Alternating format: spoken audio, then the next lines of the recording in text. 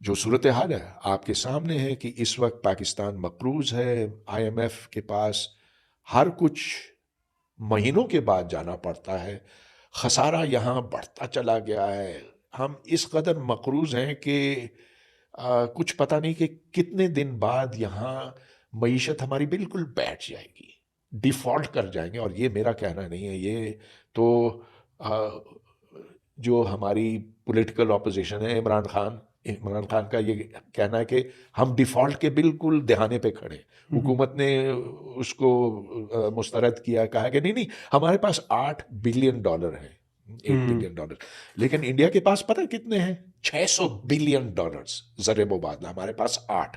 بنگلہ دیش کے پاس کتنا ہے؟ ہم سے 6 گنا زیادہ، 6 گنا زیادہ۔ اور یہ وہ ملک ہے بنگلہ دیش جس کو ہم سمجھتے تھے کہ بالکل ہی پھٹیچر ملک ہے، نہیں، کہ وہ چل ہی نہیں سکتا۔ اگر آپ تاریخ اٹھا کر دیکھ لیں نا، جب بنگلہ دیش پاکستان کا حصہ ہوا کرتا تھا، تب بھی وہاں کی جی ڈی پی اور کنٹریبیوشن ٹو دا اکانومی بہت بڑا ہوا کرتا تھا۔ ہماری جو سائٹ کی جو پاکستان ہے، یہ ہمیشہ خسارے میں ہی ہوا کرتا تھا۔ لیکن میں ایک چیز سمجھنا چاہوں گا کہ کشمیر کا مسئلہ، اگر ہم نے اتنی بڑی فوج صرف کشمیر کے لیے رکھی ہوئی ہے، تو ہماری ایک سائڈ پر ایران بھی ہے، افغانستان بھی ہے، اور ملک میں ویسے بھی اسٹیبلٹی کے لیے آرمی کا ہونا بڑا ضروری ہے آپ کے بارڈرز کا دفاع کرنے کے لیے۔ لیکن اگر میں انڈیا اور چائنا کو جب دیکھتا ہوں نا، ان کے بیچ میں بھی ایک ڈسپیوٹڈ ٹیریٹری ہے، صحیح ہے، لیکن ان کا تو کاروبار چل رہا ہے، ان کی تو امپورٹ ایکسپورٹ چل رہی ہے۔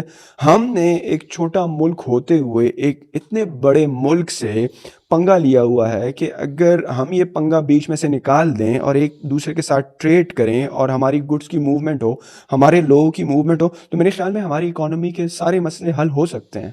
کیا سارے نہیں لیکن بہت سے۔ Majority of them? اس میں اس کا افاقہ یوں ہو سکتا ہے، بہت فرق پڑ سکتا ہے۔ سر، تو آرمی کی تو ہمیں ویسے بھی ضرورت ہے، بیکاز ہماری ایک سائڈ پہ افغانستان، ایران جو ہیں، اور پھر انڈیا بھی، ویسے ہی ہمیں ضرورت تو ہے آرمی کی۔ لیکن آپ کو نہیں لگتا کہ کشمیر کا ایشو بنا کے اور یہ کہہ دینا کہ یہ ہم حاصل کر کے ہی رہیں گے؟ اگر دوسری طرف ہم دیکھیں تو انڈیا اور چائنا کے بیچ میں بھی ایک ڈسپیوٹڈ ٹیریٹری ہے، لیکن انہوں نے تو کبھی بھی ان کو یہ نہیں کہا کہ یار، اگر ہم نے جب تک انڈیا نے کبھی نہیں کہا کہ اگر جب تک ہم یہ ڈسپیوٹڈ ٹیریٹری اپنے ہاتھ نہیں کر لیتے، ہم آپ کے ساتھ کوئی بھی کاروبار نہیں کریں گے۔ نہ کبھی چائنا نے کہا کہ ہم آپ کے ساتھ نہیں کریں۔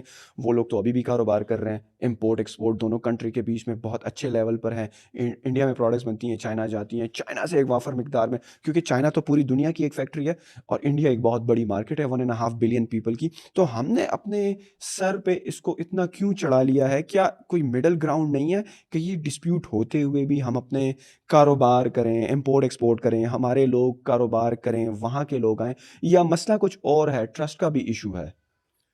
اس میں کوئی شک نہیں کہ ہر ملک کو فوج کی ضرورت پڑتی ہے، ہر ریاست کو چاہیے۔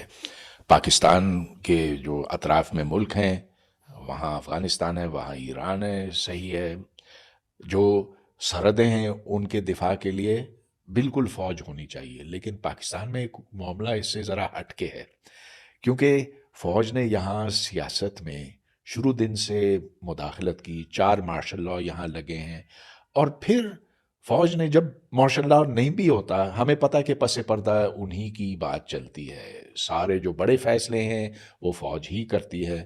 اور لوگ یہاں مذاق میں یہ کہتے تھے، اب تو یہ کوئی مذاق بھی نہیں کرتا، کہ بہت سے ملکوں کی فوجیں ہوتی ہیں لیکن یہاں ایک فوج کے پاس ملک ہے اپنا، پاکستان۔